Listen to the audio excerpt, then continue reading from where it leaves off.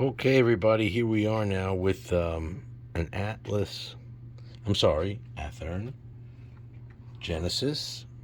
This is circa, oops, everything just fell out of the box.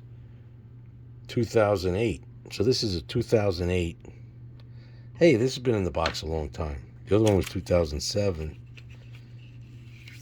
This is 2008.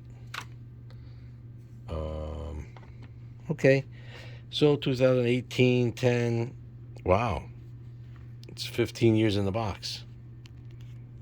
Not good. It's just not a good thing.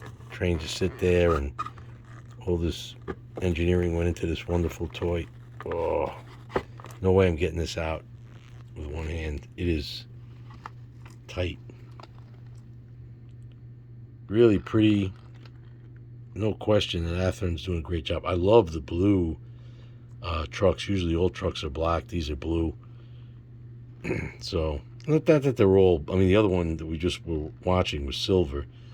But I got to take this out, and I could mount the camera and take it out, but you know what? I don't know. Is it that much fun to watch the box open? I mean, really? It's just a box.